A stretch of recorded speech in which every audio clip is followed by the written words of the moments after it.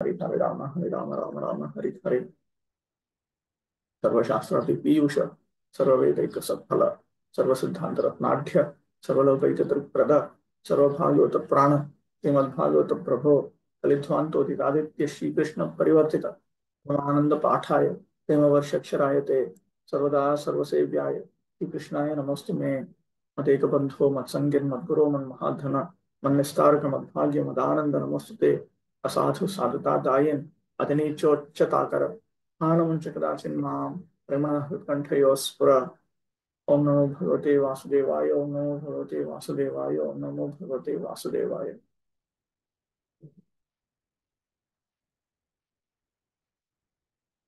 Okay. 31.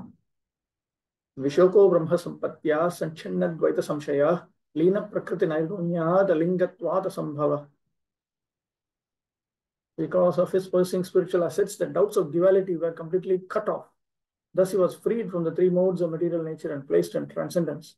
There was no longer any chance of his becoming entangled in birth and death, for he was freed from material form. Jnana phalamaha. This is the result of his spiritual knowledge, understanding, and realization.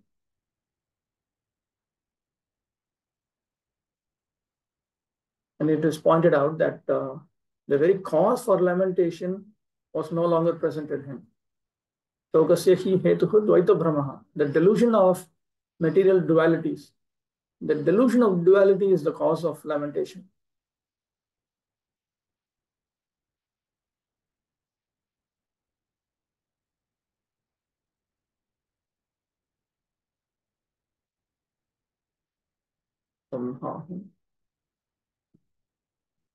By hearing the Vedanta, which means the Upanishads, the knowledge that is acquired, Brahmaham and Brahman, and then one comes to the status beyond the three modes of material nature. That status he attained. In other words, the subtle body which is caused by the three modes of material nature was destroyed. This is not the remnants of avidya that is experienced during deep sleep or at the time of dissolution.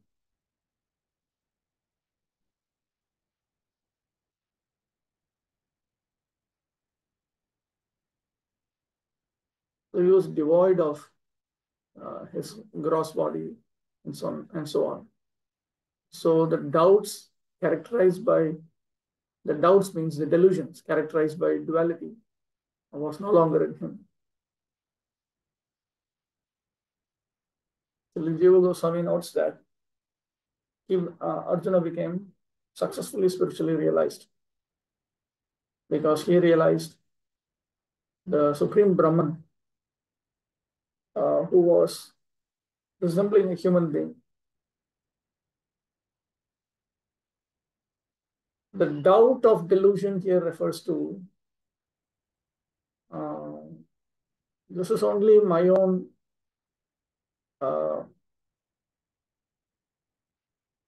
mental thought.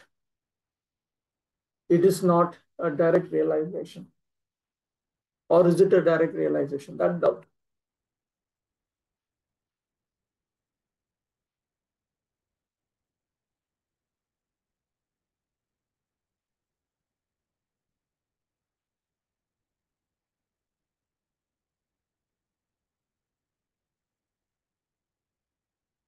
So he became completely realized. Ataha kalim prati Shri Parikshit Vachanam. Therefore, Shri Parikshit spoke to Kali. We will see this 1.17.6 and later 1.19.20, which is evidence that the holder of the Gandiva bowl had disappeared along with Lord Krishna, which indicates that he attained the same spiritual status. Or the Pandavas, they had left this world with a desire to be with Bhagavan. That will be stated by the sages. Tasmat sarvesham pandavanam tadiyanam cha saiva gati vyakhyaya. Therefore, this should be understood, and it should be understood that the destination attained by all the Pandavas and those who were followers of the Pandavas was this. It was a personalistic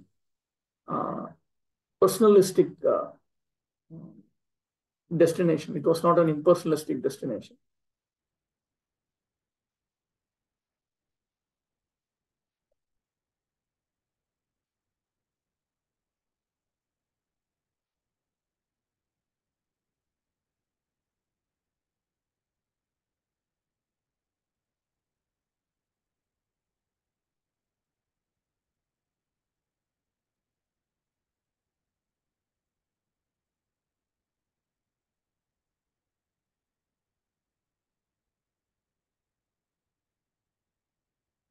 The Vishnu Chakravarti Thakur says that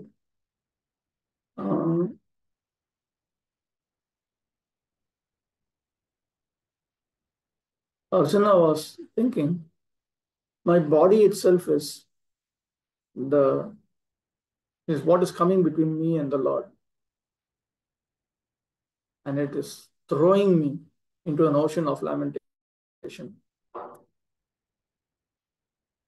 So, in order to distinguish myself from my body, I will practice that yoga which I had previously practiced, just as I had practiced my weapons and so on.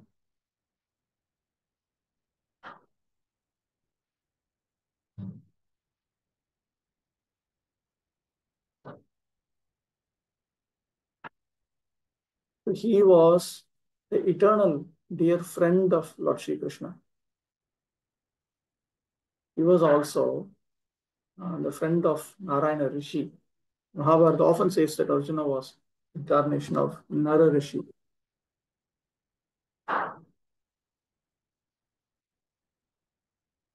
Within a moment, Arjuna attained the status of Yoga Rudha.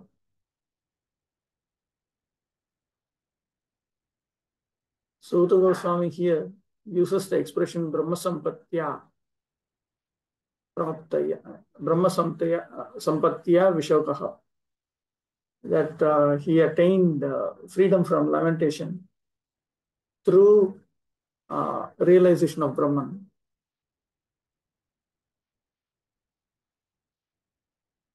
But actually speaking, Brahman refers to getting out of this world and entering into the spiritual status as a friend of Sri Krishna.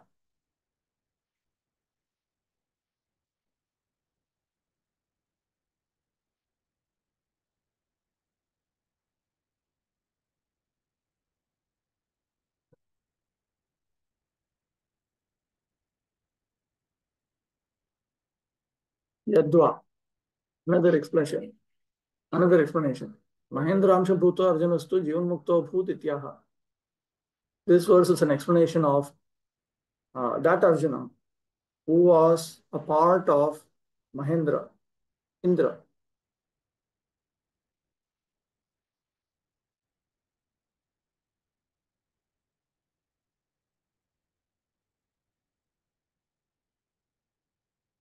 Sri Valadevi Devbhushan explains Brahma Sampatya in a very direct manner. Tatastasya Krishna Sakshatkaro Bhut. He directly realized Lord Krishna. Brahma Sampatya means Brahmanaha Swasakhasya Sampatya Sakshatkarena Vishokaha. He became free from lamentation by direct perception of Brahman, which means the Supreme Lord, Krishna. In Baladevi Devbhushan Prabhu's explanation, Brahman, Paramatma, Bhagavan refer to, first of all, realizing Lord Vishnu as the auspicious reservoir of all transcendental qualities. Brihanto hyasmin gunaha iti Brahma. Brahman means the one who possesses auspicious, all attractive features. Paramatma means the husband of Lakshmi, and Bhagavan means the one who attracts all of his associates through his six opulences and immerses them in an ocean of transcendental rasa. This is the explanation in Brahmeti Paramatmeti Bhagavaniti Shabdiyate. So, in line with that, he has explained Brahman to refer to his own friend Krishna.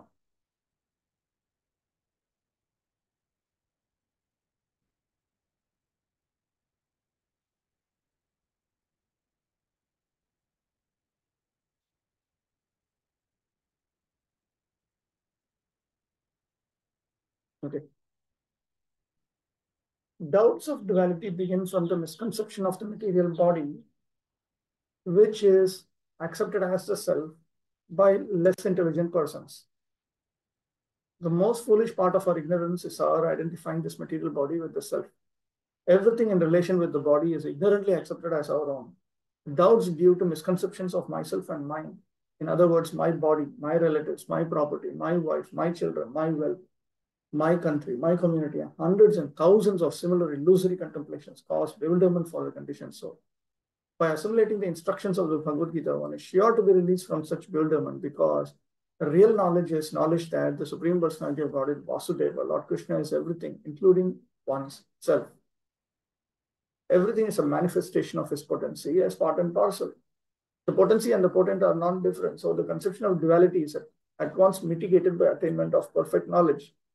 As soon as Arjuna took up the instructions of the Bhagavad Gita, expert as he was, he could at once eradicate the material conception of Lord Krishna as eternal friend. He could realize that the Lord was still present before him by his instructions, by his form, by his pastimes, by his qualities, and by everything else related to him. He could realize that Lord Krishna, his friend, was still present before him by his transcendental presence in different non-dual energies, and that there was no question of attainment of the association of the Lord by another change of body under the influence of time and space.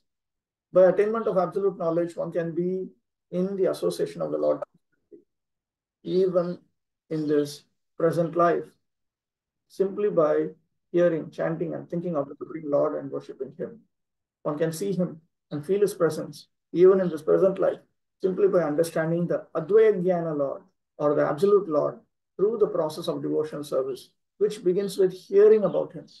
Lord Chaitanya says that simply by chanting the holy name of the Lord, one can at once wash off the dust on the mirror of pure consciousness. And as soon as the dust is removed, one is at once freed from all material conditions. To become free from material conditions means to liberate the soul. As soon as one is therefore situated in absolute knowledge, his material conception of life is removed, or he emerges from a false conception of life. Thus, the function of the pure soul is revived in spiritual realization. This practical realization of the living being is made possible due to his becoming free from the reaction of the three modes of material nature, namely goodness, passion, and ignorance. By the grace of the Lord, a pure devotee is at once raised to the platform, raised to the plane of the absolute, and there is no chance of the devotees becoming materially entangled again in conditioned life. One is not able to feel the presence of the Lord in all circumstances until one is endowed with the required transcendental vision, which is made possible by devotion service prescribed in the revealed scriptures. Arjuna had attained this stage long before on the battlefield of Kurukshetra, and when he apparently felt the absence of the Lord, he at once took shelter of the instructions of the Bhagavad Gita, and thus again he was placed in his original position. This is the position of Vishoka, or the stage of being freed from all grief and anxieties. 52. Nishamya Bhagavan Margam Samstham Yadukulasya cha Swah Pathaya Matim Chakre Nibhritatma Yudhishthiraha. Upon hearing of Lord Krishna's returning to his abode and upon understanding the end of the Yadu dynasty's earthly manifestation, Maharaj Yudhishthira decided to go back home, back to Godhead. Bhagavatah Margam Alakshya Yadukulasya Samsthan Nasham Shrutva Naradoktam cha Anasmritya. So Maharaj Yudhishthira remembered what was stated by Narada Muni. Swahpataya Swarga Margaya Nibhritatma Nischala Chittaha.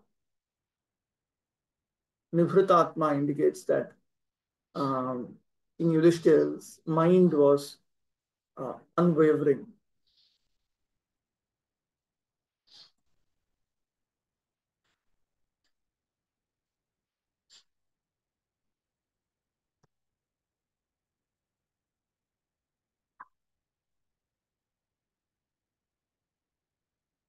Yudhishthira wanted to get back to Lord Krishna's association, eternal association.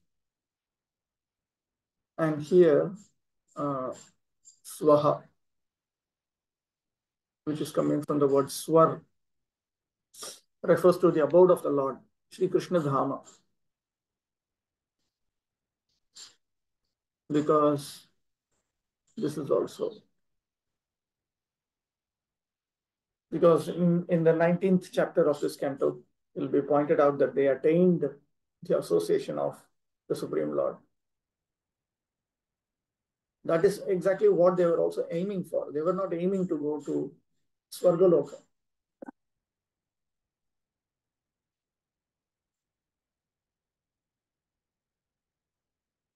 Also, there's a statement by the Lord, Brahmadayo Lokapala Swarvasam Vikanshinaha. Where is this? This is a very interesting statement.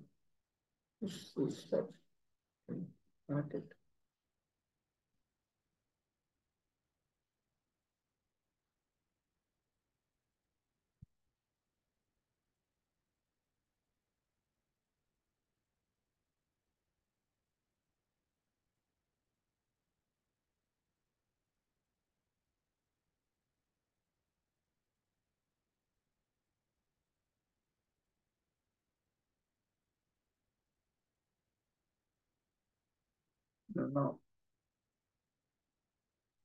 I don't see it here.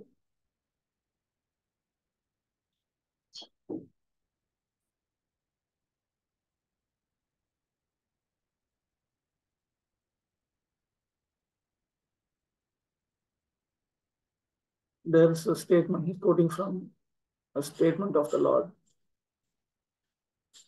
that Brahma and the other Lokapala demigods, they desire association in Swar. So that Swar cannot be anything inside the material world.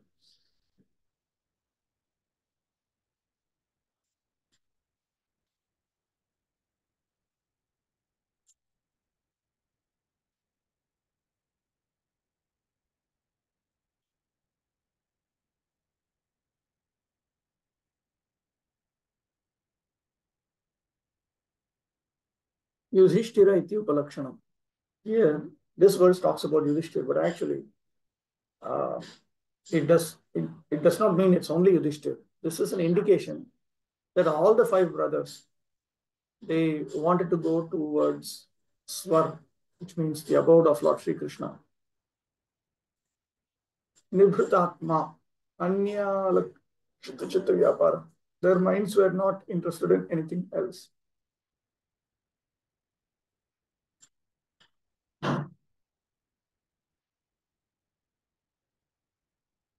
Maharaj Yudhishthira also turned his attention to the instructions of the Bhagavad Gita after hearing about the Lord's departure from the vision of earthly people.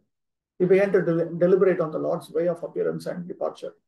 The mission of the Lord's appearance and disappearance in the mortal universe is completely dependent on his supreme will. He is not forced to appear or disappear by any superior energy as the living beings appear and disappear, being forced by the laws of nature.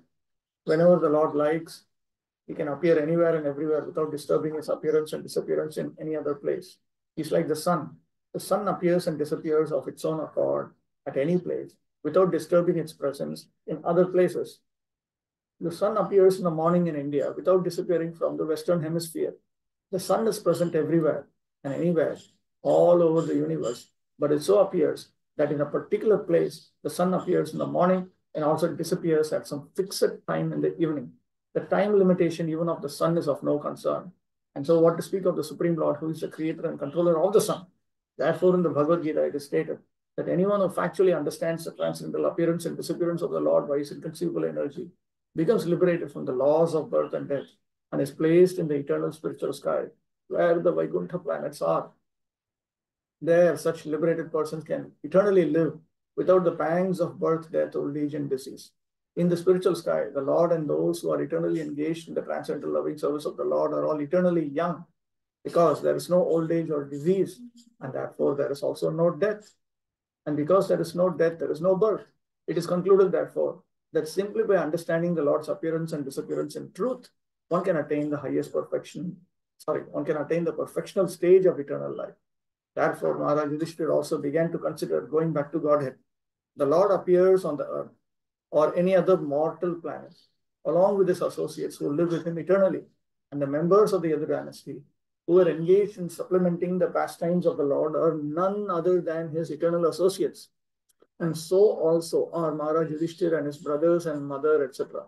Since the appearance and disappearance of the Lord and his eternal associates are transcendental, one should not be bewildered by the external features of appearance and disappearance. 33.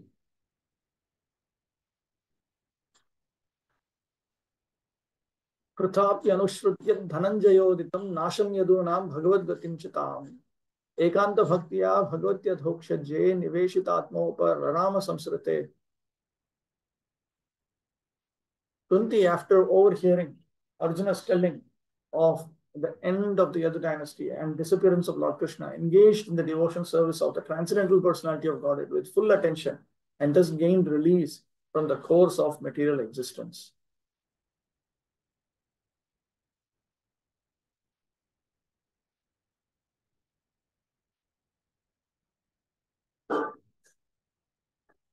So she also attained. Okay, when she heard about the disappearance of the personality of Godhead, which is very difficult to understand, then she also became a Jivan Mukta, and she gave up her body. The 11th canto will say that Lord Krishna, he left this world suddenly, which could not be seen by the mortal beings.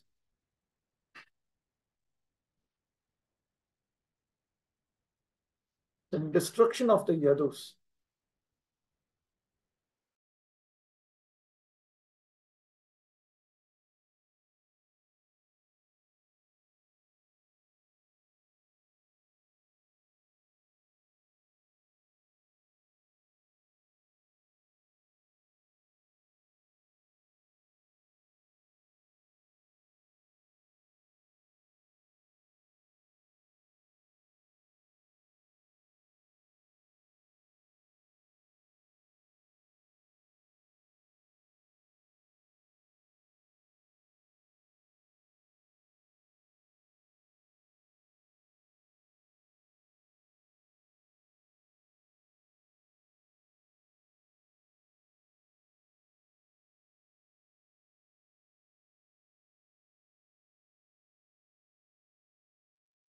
हरी बोल।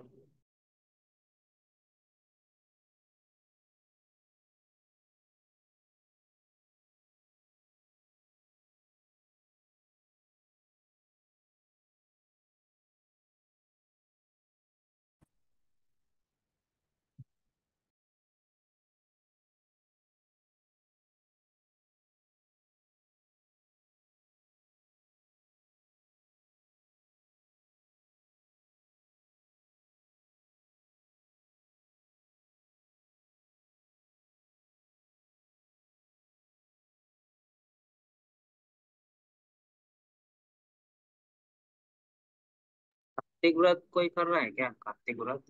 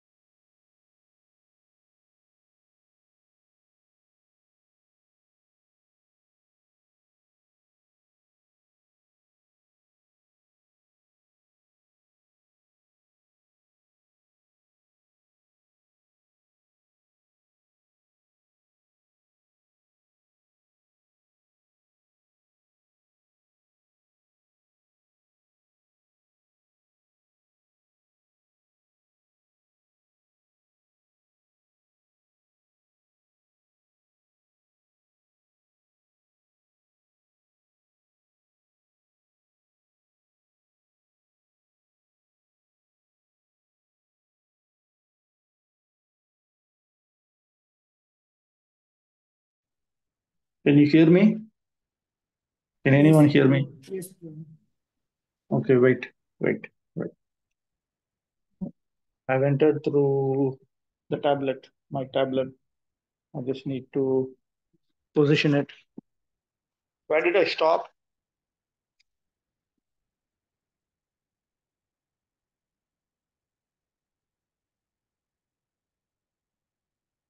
Does anyone remember where I stopped?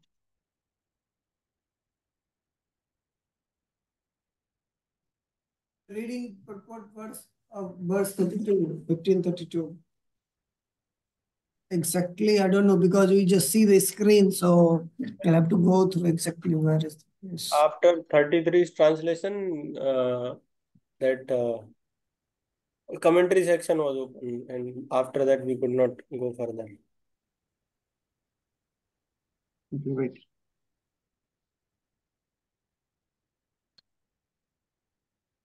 All right.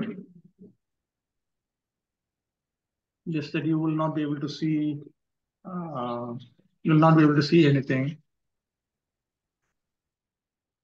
But anyway, I had given you all the files before.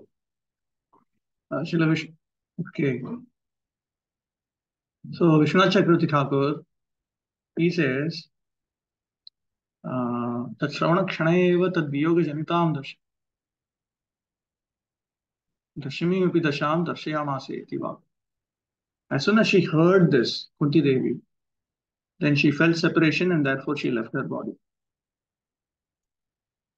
Meaning that she also disappeared. Prabhupada.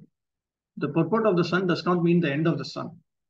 It means that the sun is out of sight, out of our sight.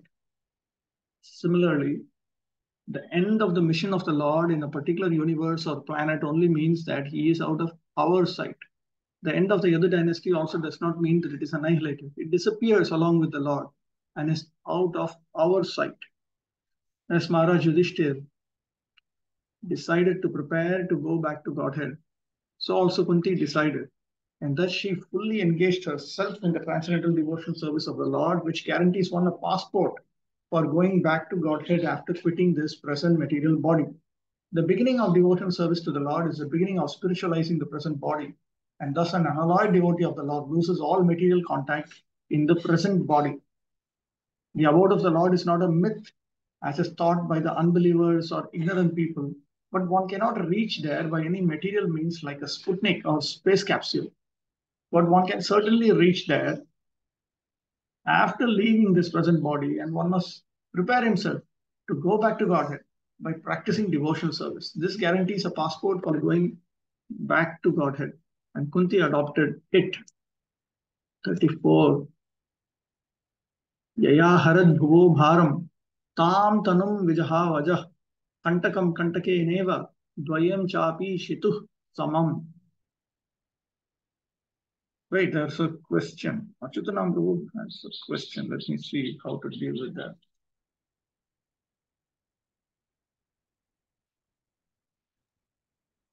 Prabhu, in 32nd verse, when you explained that this Swaha is not Swarglok but abode of the Lord, I could not follow the explanation or reasoning that why this Swaha is not Swargalok, how it is worked. Swar refers to all places above. See, there is Bhur, Bhur, and Swar. So Bhur is the earthly region. Bhur refers to the places which are slightly above it. And then Swar region refers to Antariksha and beyond. So even in the Shruti itself, Vaikuntha is referred to as Swar sometimes. It simply means, Swar simply means the celestial world, the higher abodes. That's all. So in this context, Swar refers to the spiritual world. It does not refer to the material Swarga. Okay.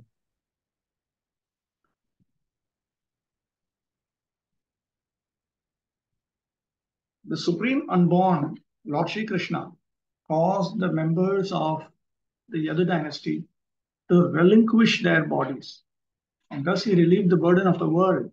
This action was like picking out a thorn with a thorn, though both are the same to the controller.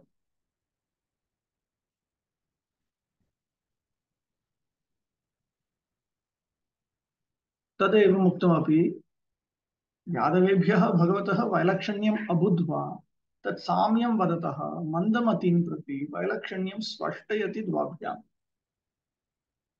So having stated this, Sutta Goswami now in two verses, the current text 34 and 35, it clarifies the distinction between the Yadavas and Bhagavan for the dull-headed people who don't understand that distinction and who think that they both are on the same platform.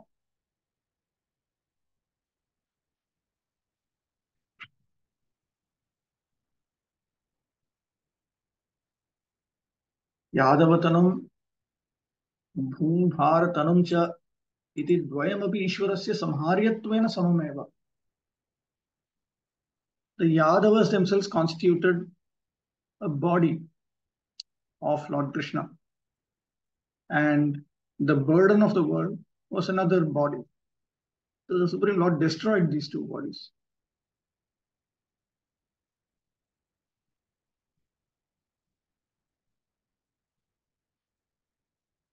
Jiva Goswami adds, Tanurupa Kalevara Shabdaihi Atra Shri Bhagavataha Bhubhara Jhirsha Lakshanaha Devadi Pipalayisha Lakshanascha Bhara Eva Uchyate.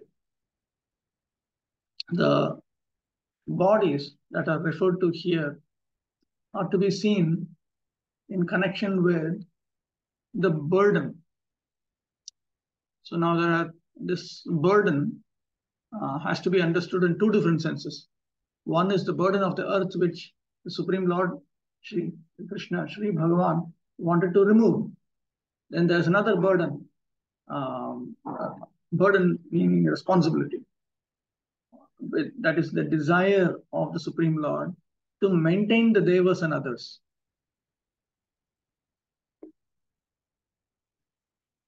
In the third canto also, Brahma's burden will be described using using such words.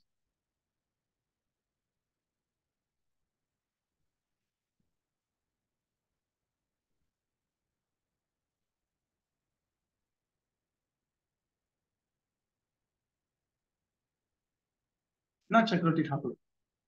यादवादीनाम् अन्तिमदशा श्रवणेन विषीदतः शौनकादीन् आश्वासयन् सिद्धान्तरहस्यमाह ययेति. Shaunaka and the other sages, they were in lamentation upon hearing the final stage of the Yadavas and others. Here, Sutta Goswami speaks the confidential mysteries of Siddhanta, the final conclusion, while consoling Shaunaka and others.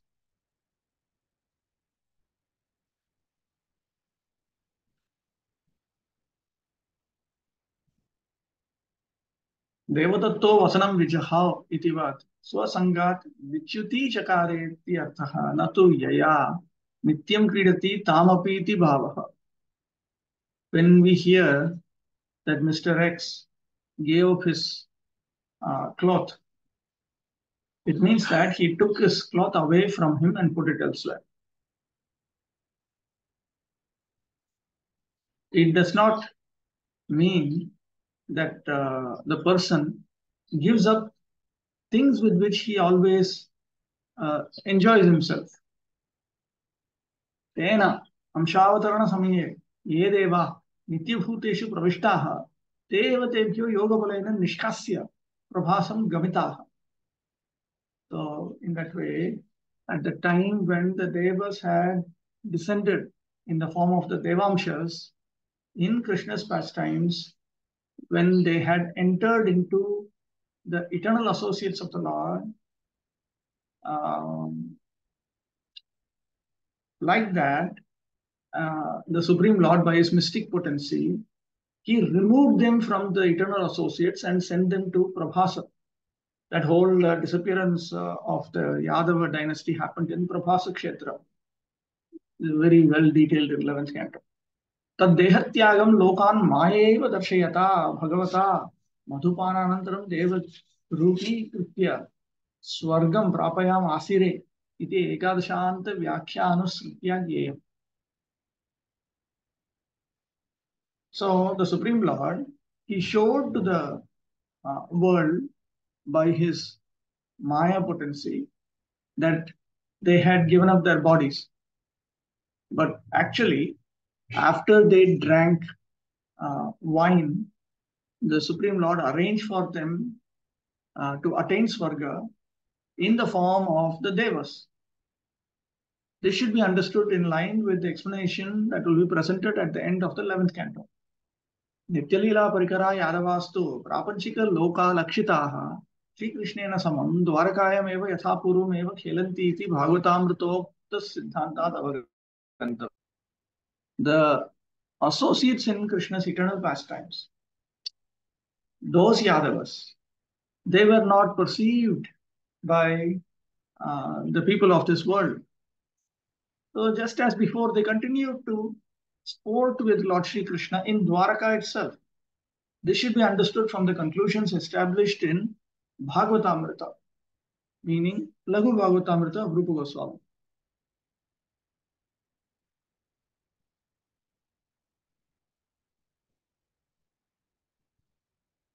The Asuras, Dvayam, see, he then takes up this word Dvayam. Dvayam means both. Though both are the same to the controller. What is the meaning of both are the same to the controller?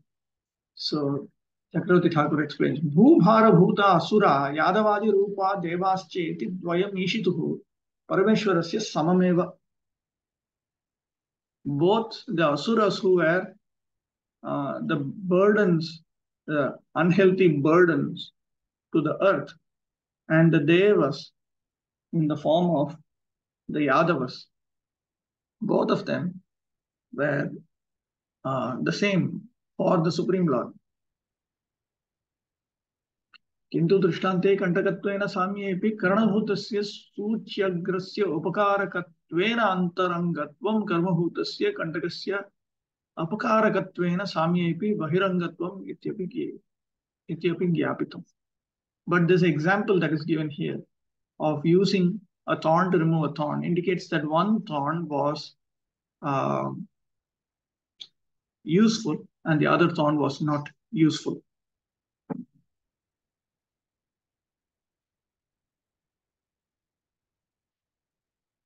Baladev Vidyabhushan.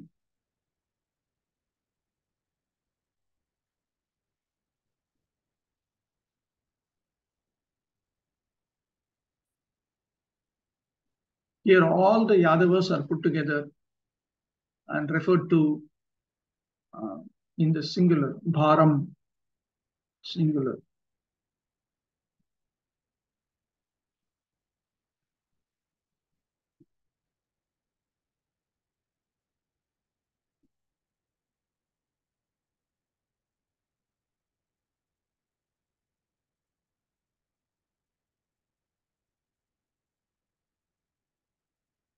He explains that both categories, the category of the kings and the daityas who were burdens to the earth, as well as the Yadavas who were the Devamshas, both of them were the same to the Lord in the sense that he neglected both of them.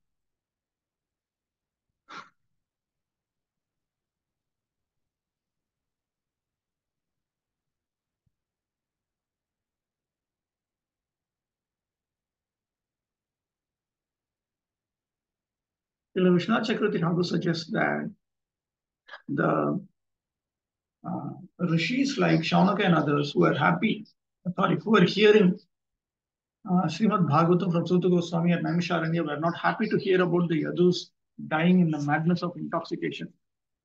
To give them a relief from this mental agony, Udu Goswami assured them that the Lord caused the members of the other dynasty to relinquish their bodies, by which they had taken away the burden of the world. The Lord and his eternal associates appeared on earth to help the administrative demigods in eradicating the burden of the world.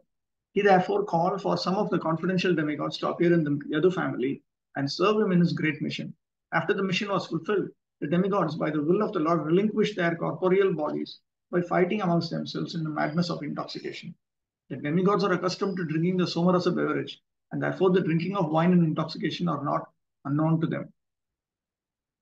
Sometimes they were put into trouble for indulging in intoxication. Once the sons of Kuvera felt the wrath of Narada for being intoxicated, but afterwards they regained their original forms by the grace of the Lord Sri Krishna. We shall find this story in the 10th canto. For the Supreme Lord, both the Asuras and the demigods are equal, but the demigods are obedient to the Lord, whereas the Asuras are not. Therefore, the example of picking out a thorn by another thorn is quite befitting. One thorn which causes pinpricks on the leg of the Lord is certainly disturbing to the Lord, and the other thorn which takes out the disturbing elements certainly gives service to the Lord. So, although every living being is part and parcel of the Lord, still one who is a pinprick to the Lord is called an Asura, and one who is a voluntary servitor of the Lord is called a Devata or a demigod. In the material world, Devatas and Asuras are always contending, and the Devatas are always saved from the hands of the Asuras by the Lord. Both parties are under the control of the Lord. The world is full of these two kinds of living beings, and the Lord's mission is always to protect the Devatas and destroy the Asuras whenever there is such a need in the world, and to do good to both of them. See, Baladevi Devbhushan also says that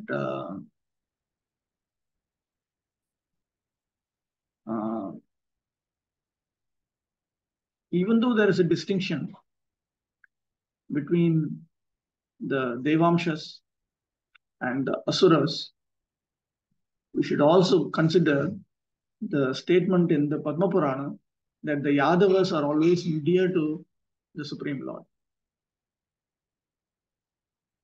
In other words, even though the Supreme Lord arranges for one group to destroy another group and so on, still the Supreme Lord also has affection for the Devamshas. It's kind to them. 35. Yatha matsyadi rupani dhatte jahyad yatha nataha bhubhara kshapito yena jahautachat kalevaram. The Supreme Lord relinquished the body which he manifested to diminish the burden of the earth. Just like a magician, he relinquishes one body to accept different ones, like the fish incarnation and others. Shri Krishna Murtir Visheshamaha. Srila Sridhar Swami notes that there are certain distinguishing features in the Supreme Lord Sri Krishna's form.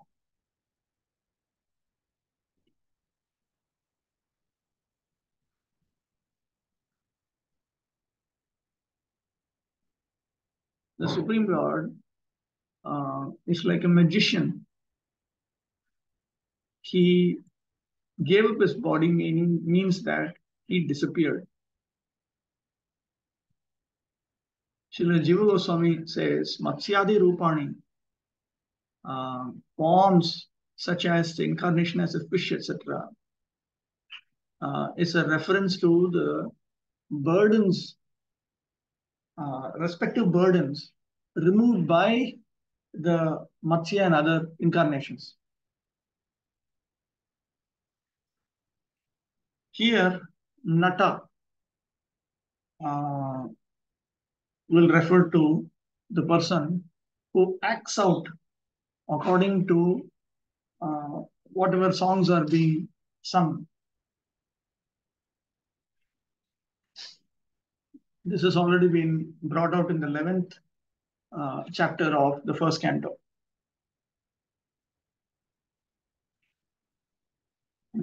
Just as that kind of actor, he engages in abhinaya. He engages in, for instance, he may, I don't know if any of you have seen these kind of classical stage performances. The actor actually sings out a particular song about a certain activity and then manifests all the features of the characters in that activity.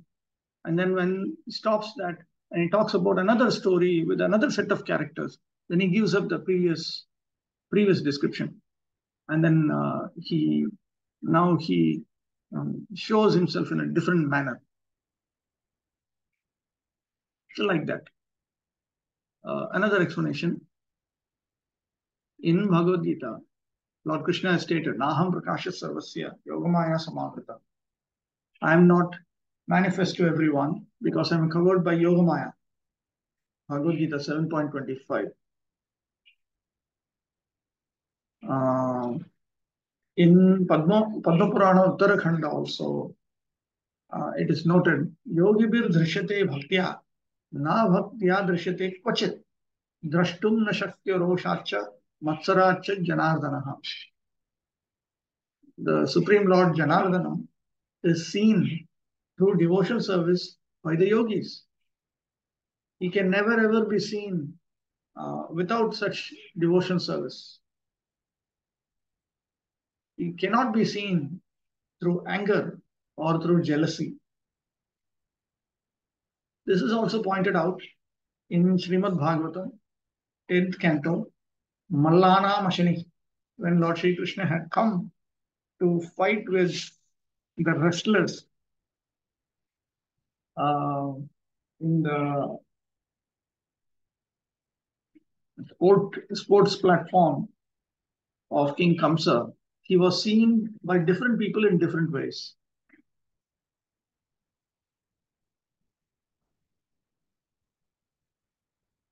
The Vishnu Purana also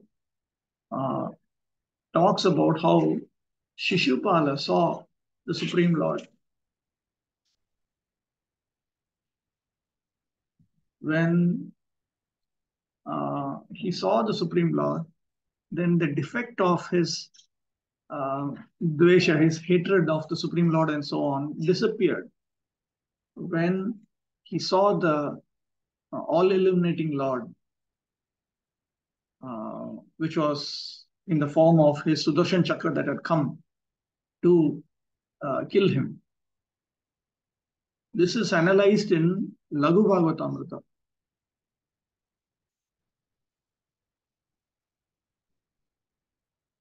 So the form that is revealed to the Asuras is not the actual form of the Supreme Lord. Rather, it is created by Maya. Swarupe drishte dveshascha apayati iti. Because if they were to see the Supreme Lord in reality, then their dvesha, their hatred for him would go away. Tatascha asureshu spuratya yaya tanva bhuvaha rupam asura vrinda maharad tam tanam vijahav. So that form which he showed to the asuras, with which he destroyed the asuras who were the burden to the earth, that form he gave up. In other words, he did not cause them to perceive that again. Bhakti drishya tanustu tasya nitya siddha eva ityaha. But that form which is seen through devotion service to him, that is eternally existing. Ajopi sannavyayatma bhutanam ishwaropi san. That is noted in Bhagavad Gita. It is also noted in 10th canto of Srimad Bhagavatam. That form is the form of himself as the presiding deity of Goloka.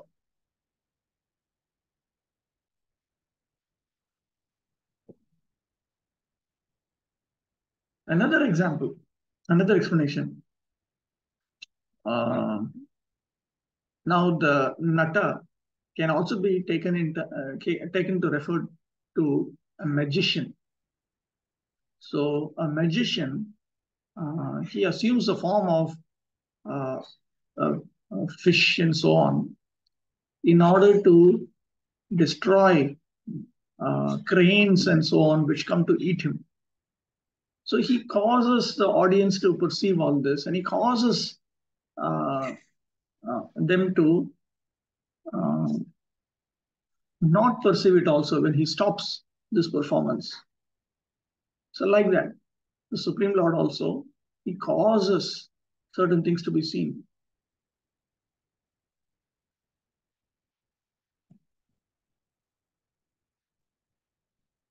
Very interesting experience. Vishwanath Chakravarti Thakur also uses the example of a nata, Indrajalika. यथा नटः ऐन्द्रजालिकः छेददाह मूर्च्छादिभिः स्वदेहं त्यजति तस्य त्यागं सर्वान् दर्शयति प्रत्यायति च अथ च स्वदेहं धत्तेव न तु म्रियते. Just as a magician, he gives up his body by cutting his body, by burning his body, by fainting into unconsciousness and so on. And that is how he makes the audience perceive. He shows that to them. He makes them believe it. But in reality, he is very much with his body. He does not die. So like that, तथैव मत्स्यादि रूपाणि मत्स्यादि शरीराणि स्वीयानि भगवान् धत्ते जह्यादधान एव जहाति. So in that way, the Supreme Personality of Godhead also, he always possesses these forms of Matsya and so on. And while possessing these forms, he causes them to disappear. Tena natasya swasharira dharanam satyameva tatyagastu mithya eva yatha tathaiva bhagavataha api matsyadi swiya sharira dharanam satyameva tattu tyagaha mithya eva iti arthaha. So the meaning is just the magician's holding on to his body is a fact, and him giving up his body is false.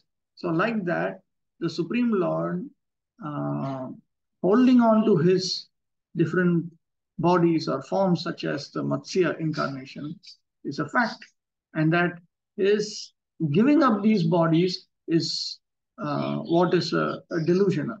It's not a fact. While holding on to these forms, he gives them up. He appears to give them up. So in other words, Sri Krishna's giving up of his body, that is false. Narakriti parabrahmatvadikam api natarupa naradharmam evam bhagavan karoti adu tattvena. So the Supreme Lord, he acts like a human being. But in reality, his body is spiritual. It cannot be destroyed. Yadukta Mahabharate na bhuta sangha samsthano dekosya paramatmana iti. Because the Mahabharata states that the Supreme Lord's body is not made up of the material elements. He is a Supreme Soul. Brihad Vaishnavepi. And in Brihad Vishnu Purana also. Yo vetti bhautikam deham krishnasya paramatmana sa sarvasmad vahiskarya shautasmartha vidhanataha mukham tasyavalokya api sachaila snanam achere.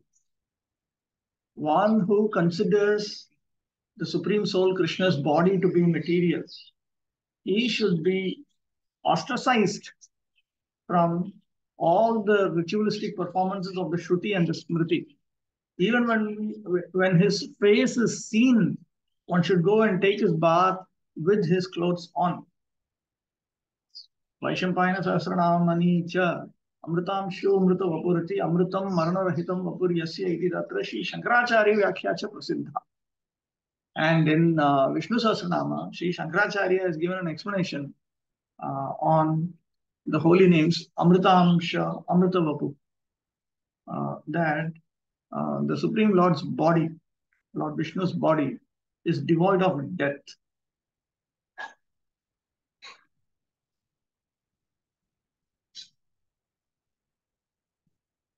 The exact word that is used here is Jahau in text 1.15.35. Jahau means he let go his body. Jahau has the sense of giving up, and giving up has a sense of giving in charity. So in other words, Vishwanath Chakravarti Thakur says, Vaikunthadi dhamasthebhyo bhaktebhyo swa sharira pravishta charam Narayanadi rupam tesham palanartam dadav iti ekadashante vyakhyashyate. It will be noted in his commentary towards the end of the 11th canto that the Supreme Lord Krishna, he gave his forms of Narayana and so on, who had entered into his body, to the devotees who reside in Vaikuntha and other abodes in the spiritual world in order to maintain them.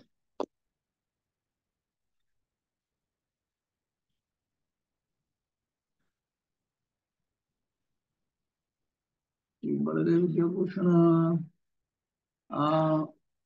points out on Prapyamasa.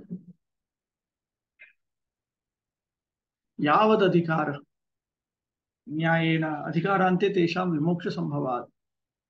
He sent these devas to their respective posts because there is a rule which is noted in the Vedanta Sutra that all those who hold official posts in the universes, even when they are fully spiritually realized, they have to hold on to their posts, and only after their tenures are over, only afterwards there is a possibility of them attaining final liberation. That means they not just Jivan Mukti, Videha Mukti, they actually get out of the gross body and subtle body and get back to the spiritual world.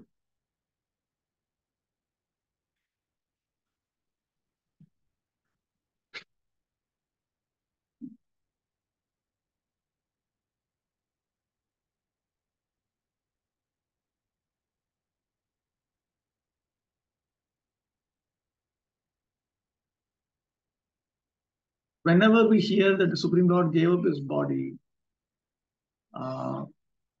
it is not referring to his own body, the body that is intrinsic to him, because that is impossible. This will be noted by Uddhava in the 3rd canto also.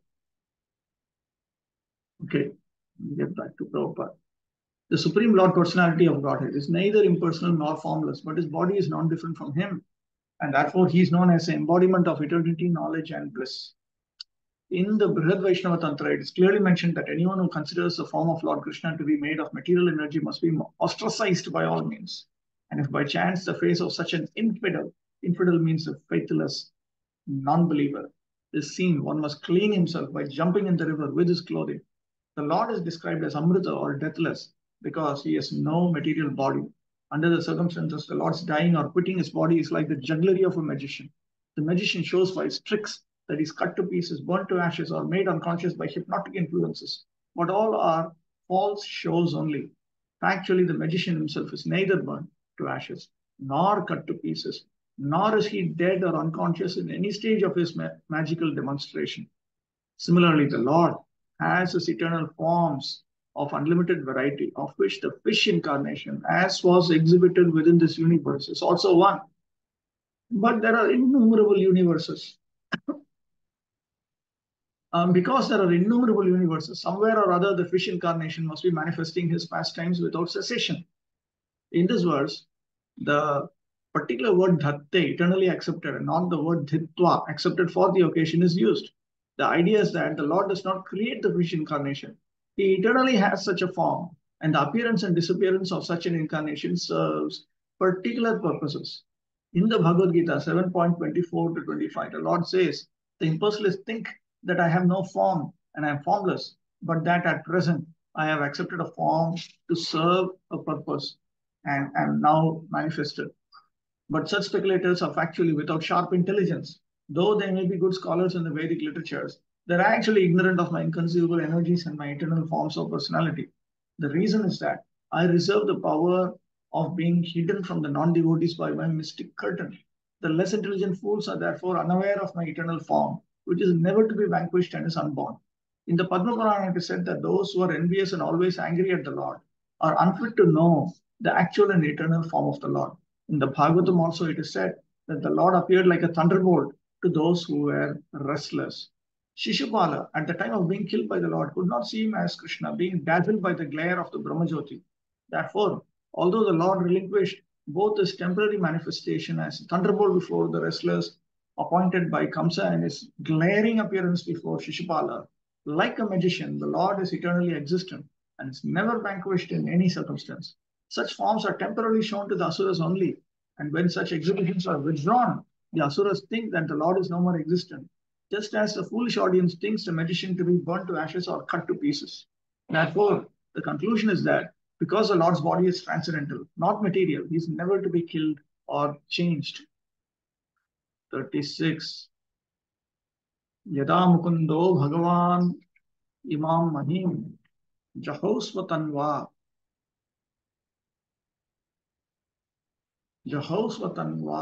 shravaniya satkatha tadahareva pratibuddha chetasam abhadra hetu kalaranva vartata.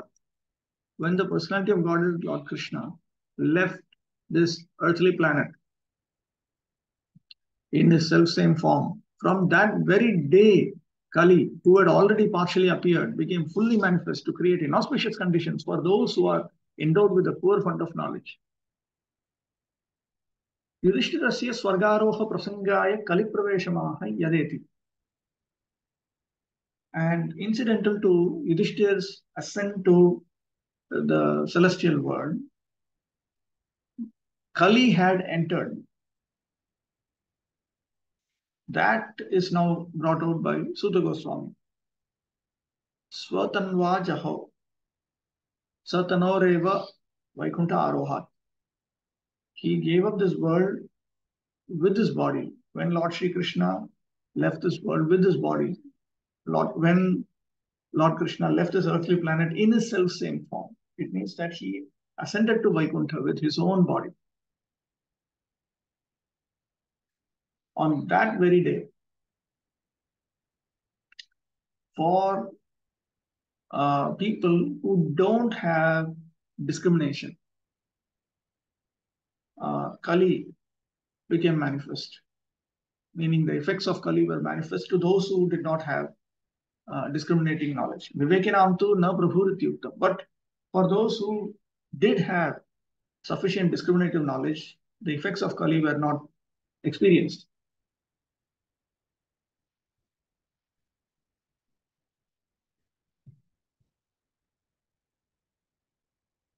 Kali had actually entered before, but the effect of Kali was not experienced, but now it was.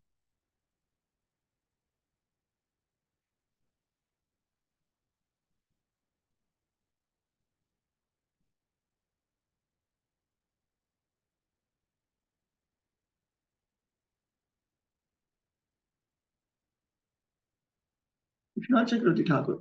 Tanutyagasya avastavatvam spashtayannaha. Sutta Goswami now clarifies that Lord Krishna's giving up his body was not factual.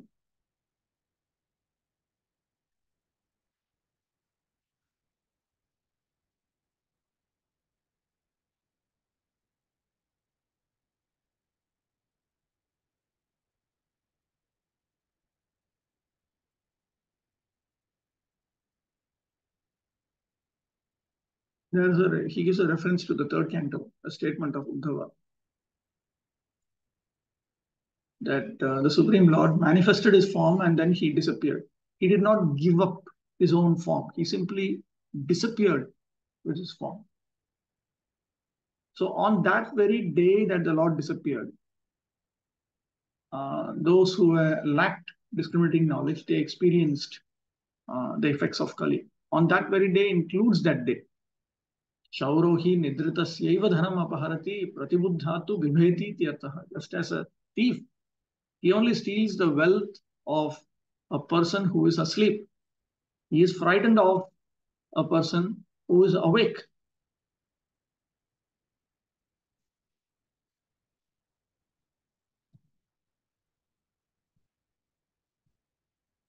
Purport. The influence of Kali can be enforced only upon those who are not fully developed in God consciousness. One can neutralize the effects of Kali by keeping oneself fully under the supreme care of the personality of Godhead. The age of Kali ensued just after the battle of Kurukshetra, but it could not exert its influence because of the presence of the Lord. The Lord, however, left this earthly planet in his own transcendental body And as soon as he left, the symptoms of the Kali Yuga, as were envisioned by Maharaj Yudhishthira prior to Arjuna's arrival from Dwaraka, began to manifest. And Maharaj Yudhishthira rightly conjectured on the departure of the Lord from the earth. As we have already explained, the Lord left our sight just as when the sun sets, it is out of our sight. 37. Yudhishthirastat parisarpanam buddha purecha rashrecha grihe tathatmani vibhavya lobhan dhritajihva himsanadya dharma chakram gamanaya paryathan. Maharaj Yudhishthira was intelligent enough to understand the influence of the age of Kali, characterized by increasing avarice, greed, falsehood, cheating, and violence throughout the capital, state, and home and among individuals. So he wisely prepared himself to leave home and he dressed accordingly.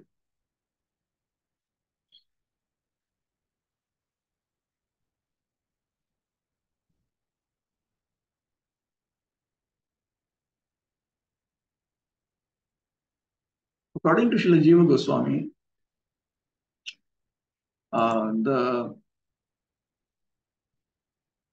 the attack of Kali coming and surrounding and taking over, was an udipana.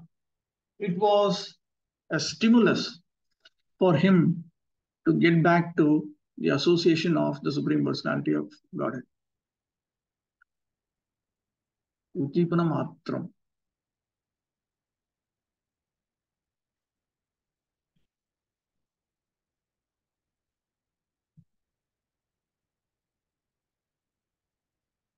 The present age is influenced by the specific qualities of Kali.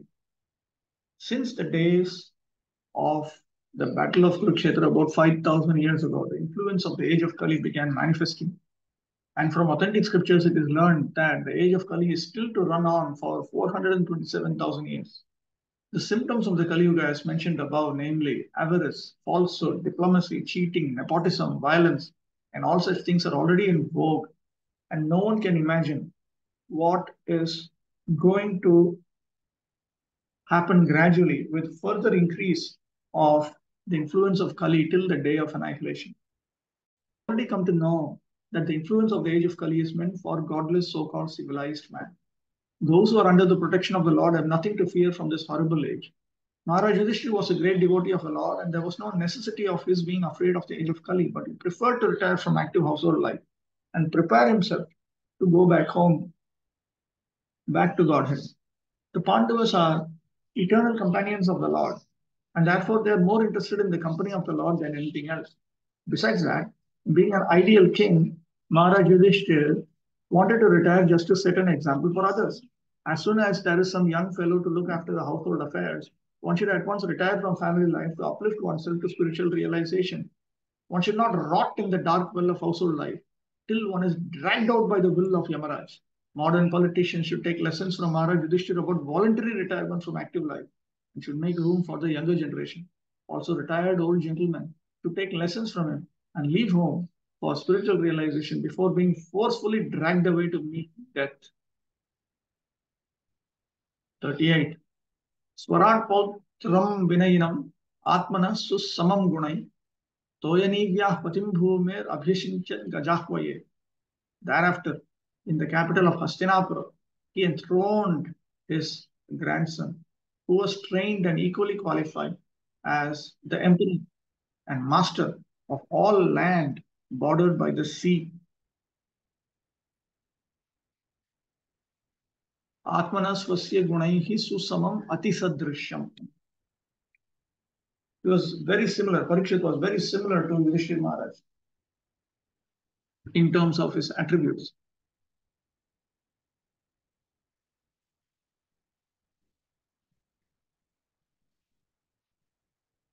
Viniyatam. Samaryadam.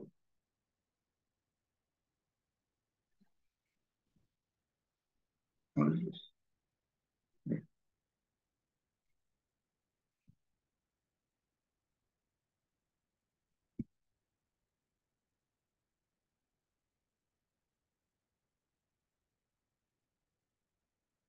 He was properly trained.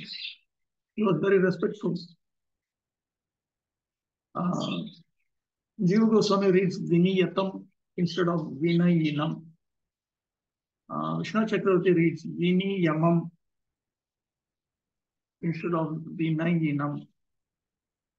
Viniyamam indicates that Rajoj means Rajochita Vishishta Niyamayuktam.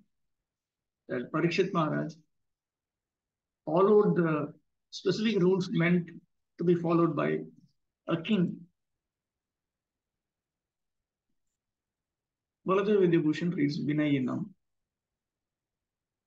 He was well trained as a king.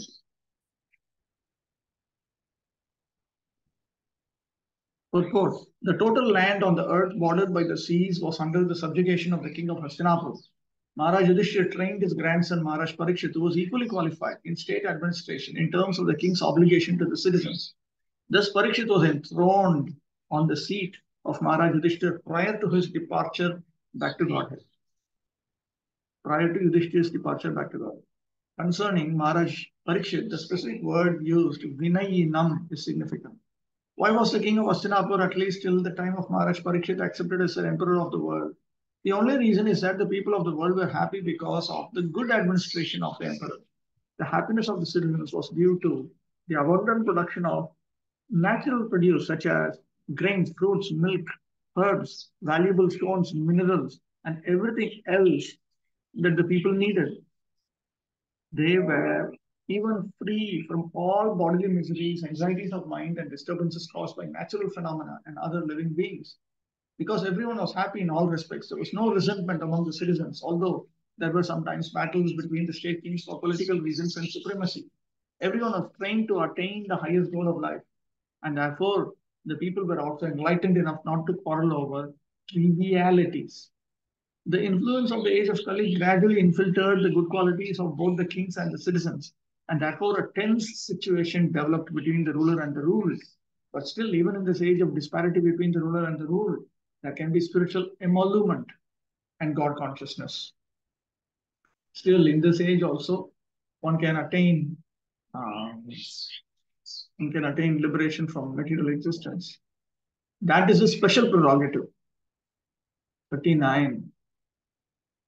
Mathurayam tatha vajram shurasena patim tatah prajapatyam nirupyeshtim agnima pibadishwaraha. Then he posted Vajra, the son of Aniruddha, grandson of Lord Krishna, at Mathura as the king of Shurasena. Afterwards, Maharaj Yudhishthira performed a Prajapatya sacrifice and placed in himself the fire for quitting household life.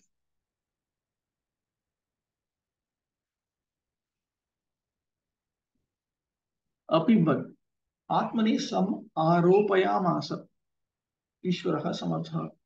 Yudhishthira was now capable of getting out of household life. And he placed in himself the fire for quitting household life, means that he developed the desire to quit household life. Prajapatyam cha ishtim nirupya. He engaged a Prajapatya fire sacrifice.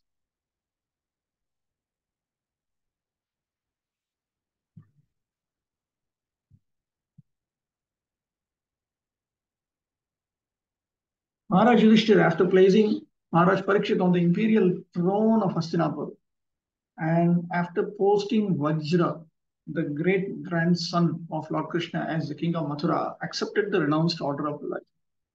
The system of 4 orders of life and 4 castes in terms of quality and work, known as Varnashrama Dharma, is the beginning of real human life.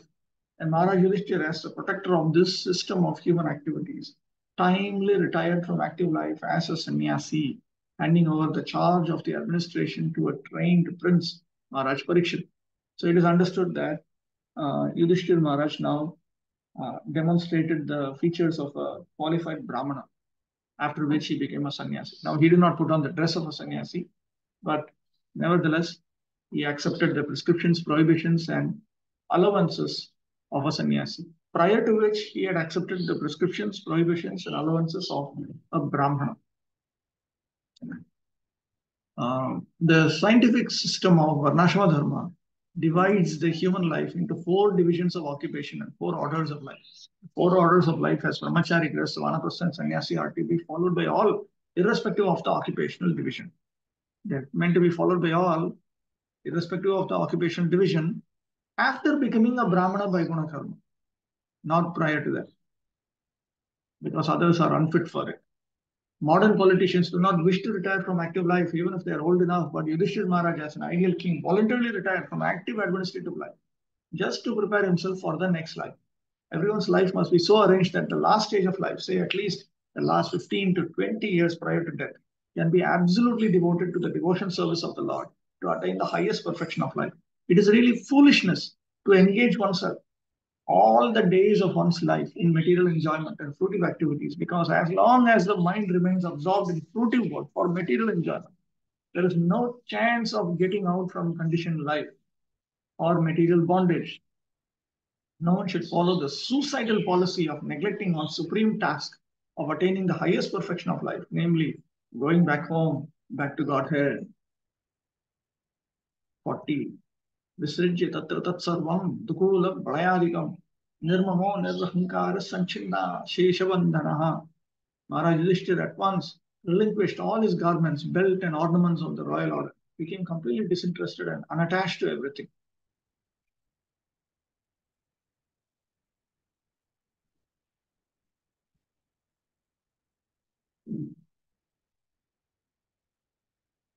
He gave up his attachment to all the different upadhis, different titles and responsibilities and so on. 1 minute.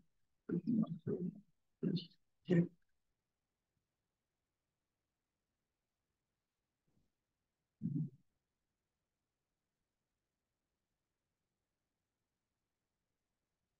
Okay, purport.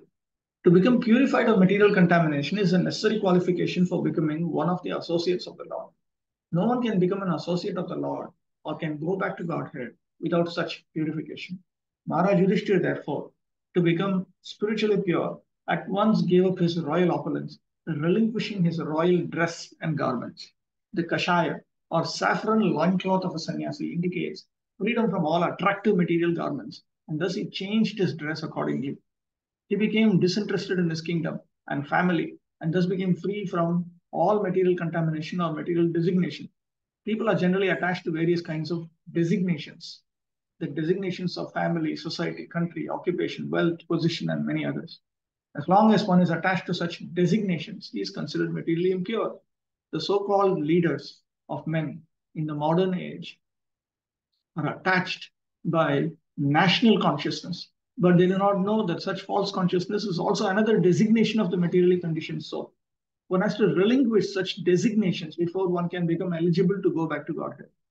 Foolish people adore such men who die in national consciousness, but here is an example of Maharaj Yudhishthira, a king who prepared himself to leave this world without such national consciousness. And yet he is remembered even today because he was a great pious king, almost on the same level with the personality of Godhead, Sri Ram. And because the people of the world were dominated by such pious kings, they were happy in all respects. And yes, it was quite possible for such great emperors to rule the world. Okay, so that completes my quota for today. We'll stop with that.